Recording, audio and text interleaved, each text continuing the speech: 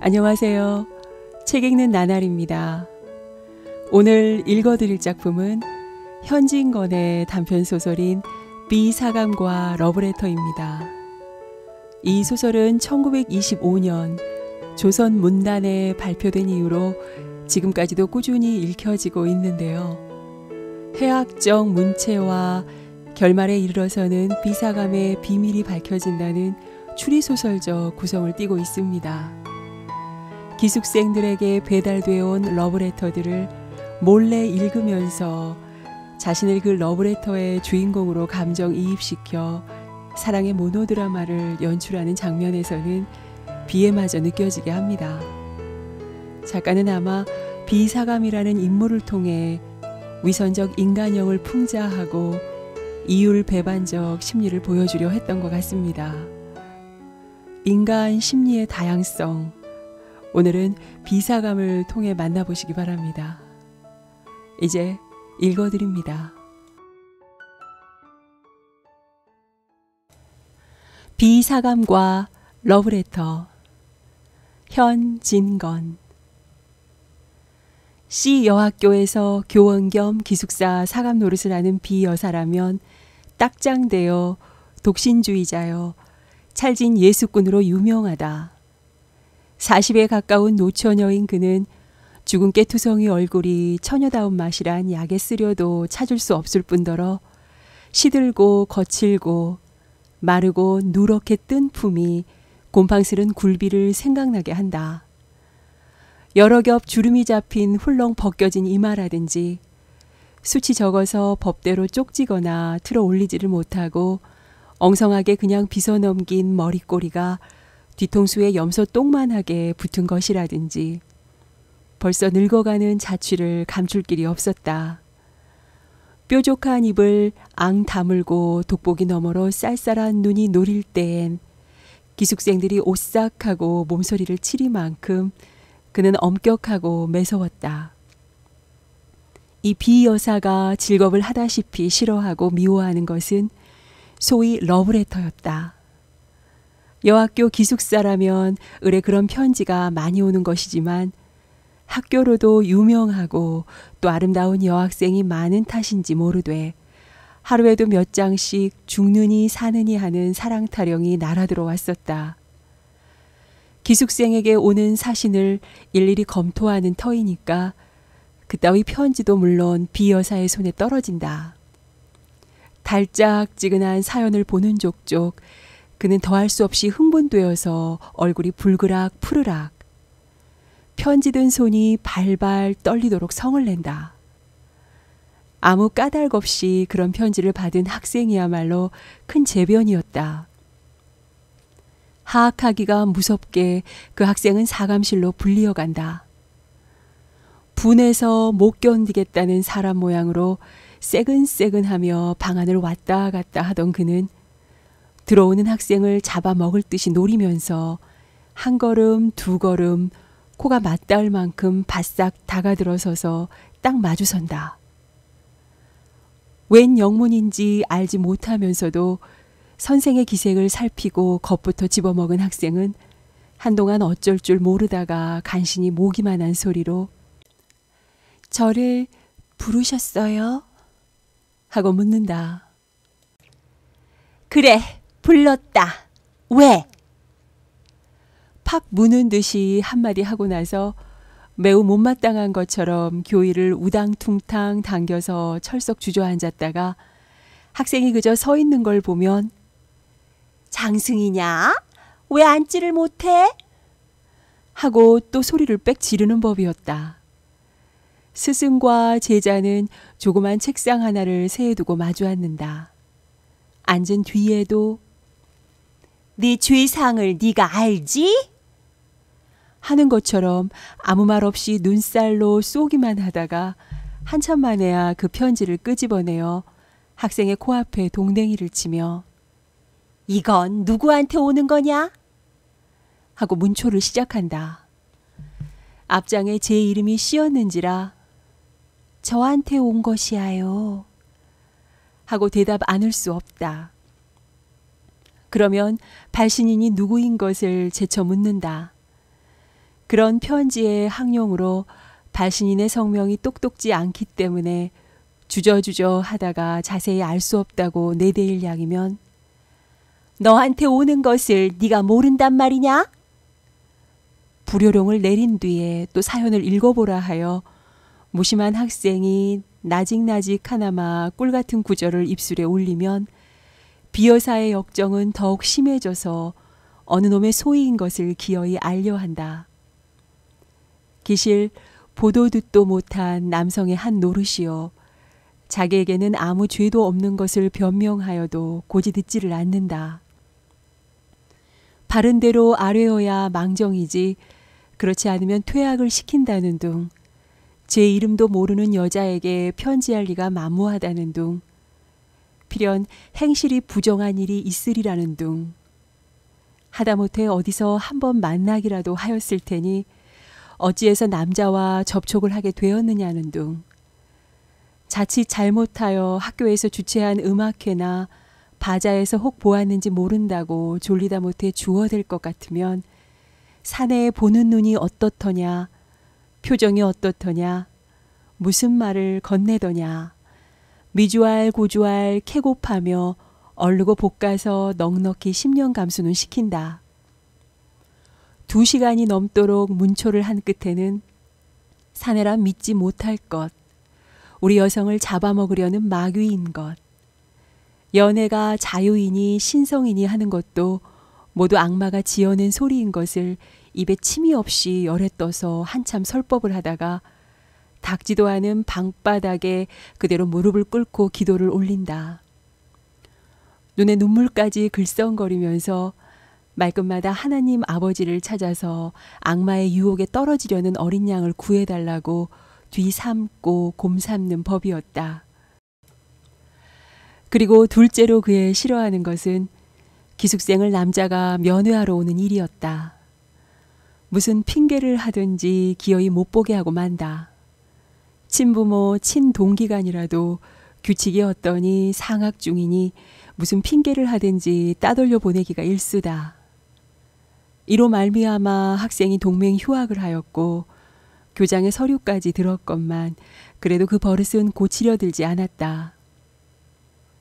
그런데 이 비사감이 감독하는 그 기숙사에 금년 가을 들어서 괴상한 일이 생겼다는 이보다 발각되었다는 것이 마땅할는지 모르리라. 왜 그런고 하면 그 괴상한 일이 언제 시작된 것은 귀신밖에 모르니까. 그것은 다른 일이 아니라 밤이 깊어서 새로 한 점이 되어 모든 기숙생들이 달고 고난잠에 빠졌을 때 난데없는 깔깔대는 웃음과 속살속살하는 말라치 새어흐르는 일이었다. 하룻밤이 아니고 이틀밤이 아닌 다음에야 그런 소리가 잠귀 밝은 기숙생의 귀에 들리기도 하였지만 잠결이라 뒷동산에 구르는 마른 잎의 노래로나 달빛에 날개를 번득이며 울고 가는 기러기의 소리로나 흘려들었다. 그렇지 않으면 도깨비의 장난이나 아닌가 하여 무시무시한 증이 들어서 동무를 깨웠다가 좀처럼 동무는 깨지 않고 제 생각이 너무나 어림없고 어이없음을 깨달으면 밤소리 멀리 들린다고 학교 이웃집에서 이야기를 하거나 또 딴 방에서 자는 제 동무들의 잠꼬대로만 여겨서 스스로 안심하고 그대로 자버리기도 하였다. 그러나 이 수수께끼가 풀릴 때는 왔다. 이때 공교롭게 한 방에 자던 학생 셋이 한꺼번에 잠을 깼다. 첫째 처녀가 소변을 보러 일어났다가 그 소리를 듣고 둘째 처녀와 셋째 처녀를 깨우고 만 것이다. 저 소리 들어봐요. 아닌 밤중에 저게 무슨 소리야? 하고 첫째 처녀는 휘둥그레진 눈에 무서워한 빛을 띄운다. 어젯밤에 나도 저 소리에 놀랬었어. 도깨비가 났단 말인가? 하고 둘째 처녀도 잠 오는 눈을 비비며 수상해한다. 그중에 제일 나이 많을 뿐더러 장난 잘 치고 짓궂은 짓 잘하기로 유명한 셋째 처녀는 동무 말을 못 믿겠다는 듯이 이윽히 귀를 기울이다가 따는 수상한걸? 난 언젠가 한번 들어본 법도 하구먼. 뭘 잠이 아니 오는 애들이 이야기를 하는 게지. 이때 그 괴상한 소리는 떽떽을 웃었다. 새 처녀는 귀를 소스라쳤다. 적적한 밤 가운데 다른 파동 없는 공기는 그 수상한 말마디를 곁에서나 나는 듯이 또렷또렷이 전해주었다. 오, 태훈씨, 그러면 자기 좋을까요? 간드러진 여자의 목소리다. 경숙씨가 좋으시다면 내가 얼마나 기쁘겠습니까? 아, 오직 경숙씨에게 바친 나의 타는 듯한 가슴을 인제야 아셨습니까? 정열에 뜬 사내의 목청이 분명하였다. 한동안 침묵. 인제 고만 놓아요. 키스가 너무 길지 않아요? 행여 남이 보면 어떡해요? 아양 떠는 여자 말씨. 길수록 더욱 좋지 않아요? 나는 내 목숨이 끊어질 때까지 키스를 하여도 길다고 못하겠습니다. 그래도 짧은 것을 하나겠습니다. 사내에 피를 뿜는 듯한 이 말끝은 계집에 자지러진 웃음으로 묻혀버렸다. 그것은 묻지 않아도 사랑에 겨운 남녀의 허물어진 수작이다. 감금이 지독한 이 기숙사에 이런 일이 생길 줄이야. 새 처녀는 얼굴을 마주 보았다. 그들의 얼굴은 놀랍고 무서운 빛이 없지 않았으되 점점 호기심에 번쩍이기 시작하였다. 그들의 머릿속에는 한결같이 로맨틱한 생각이 떠올랐다. 이 안에 있는 여자애인을 보려고 학교 근처를 뒤돌고 곰돌던 사내 애인이 타는 듯한 가슴을 걷잡다 못하여 밤이 이슥하기를 기다려 담을 뛰어넘었는지 모르리라. 모든 불이 다 꺼지고 오직 밝은 달빛이 은가루처럼 서린 창문이 소리 없이 열리며 여자 애인이 흰 수건을 흔들어 사내 애인을 부른지도 모르리라. 활동사진에 보는 것처럼 기나긴 피륙을 내리워서 하나는 위에서 당기고 하나는 밑에서 매달려 디롱디롱 하면서 올라가는 전경이 있었는지 모르리라. 그래서 두 애인은 만나가지고 저와 같이 사랑의 속삭거림에 잦아졌는지 모르리라. 꿈결 같은 감정이 안개 모양으로 눈부시게 새 처녀의 몸과 마음을 휩싸돌았다. 그들의 뺨은 후끈후끈 달았다.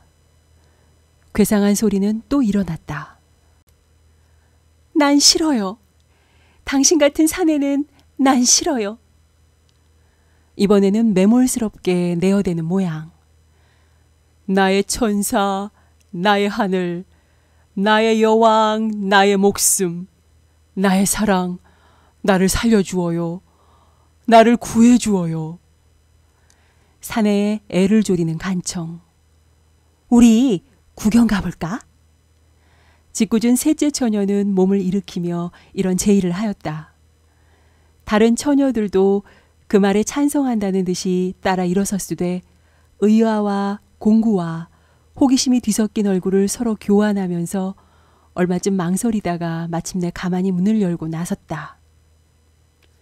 쌀벌레 같은 그들의 발가락은 가장 조심성 많게 소리나는 곳을 향해서 곰실곰실 기어간다. 컴컴한 복도에 자다가 일어난 새 처녀의 흰 모양은 그림처럼 소리 없이 움직였다. 소리나는 방은 어렵지 않게 찾을 수 있었다. 찾고는 나무로 깎아 세운 듯이 주춤 걸음을 멈출 만큼 그들은 놀래었다. 그런 소리에 출처야말로 자기네 방에서 몇 걸음 안 되는 사감실일 줄이야. 그렇듯이 사내라면 못 먹어 하고 침이 나도 배아틀 듯하던 비사감의 방일 줄이야. 그 방에 여전히 사내의 비대 발과라는 푸념이 되풀이되고 있다. 나의 천사, 나의 하늘, 나의 여왕, 나의 목숨, 나의 사랑, 나의 애를 말려 죽이실 테요. 나의 가슴을 뜯어 죽이실 테요. 내 생명을 맡으신 당신의 입술로. 셋째 처녀는 대담스럽게 그 방문을 빠끔히 열었다. 그 틈으로 여섯 눈이 방 안을 향해 쏘았다. 이 어쩐 기괴한 광경이냐. 전등불은 아직 끄지 않았는데 침대 위에는 기숙생에게 온 소위 러브레터의 봉투가 너저분하게 흩어졌고 그 알맹이도 여기저기 두서없이 펼쳐진 가운데 비사감 혼자, 아무도 없이 제 혼자 일어나 앉았다. 누구를 끌어당길 듯이 두 팔을 벌리고 안경을 벗은 근시 안으로 잔뜩 한 곳을 노리며 그 굴비쪽 같은 얼굴에 말할 수 없이 애원하는 표정을 짓고는 키스를 기다리는 것 같이 입을 쫑긋이 내민 채 사내의 목청을 내며 아깐말을 중얼거린다. 그러다가 그 넋두리가 끝날 겨를도 없이 급작스리 앵돌아서는 신용을 내며 누구를 뿌리치는 듯이 연애 손짓을 하며 이번에는 톡톡 쏘는 계집의 음성을 지어 난 싫어요. 당신 같은 사내는 난 싫어요. 하다가 재물에 자지러지게 웃는다. 그러더니 문득 편지 한 장을 집어들어 얼굴에 문지르며 정 말씀이야요. 나를 그렇게 사랑하셔요. 당신의 목숨같이 나를 사랑하셔요. 나를, 이 나를 하고 몸을 치수리는데 그 음성은 분명 울음의 가락을 띄었다. 에그머니, 저게 웬일이야? 첫째 처녀가 소곤거렸다. 아마 미쳤나 봐. 밤중에 혼자 일어나서 왜 저러고 있을꼬? 둘째가 맞방망이를 친다. 에이구, 불쌍해.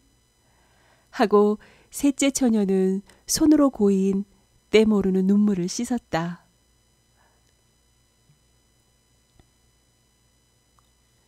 오늘 읽어드린 책은 현진건 작가의 비사감과 러브레터였습니다. 끝까지 들어주셔서 고맙습니다.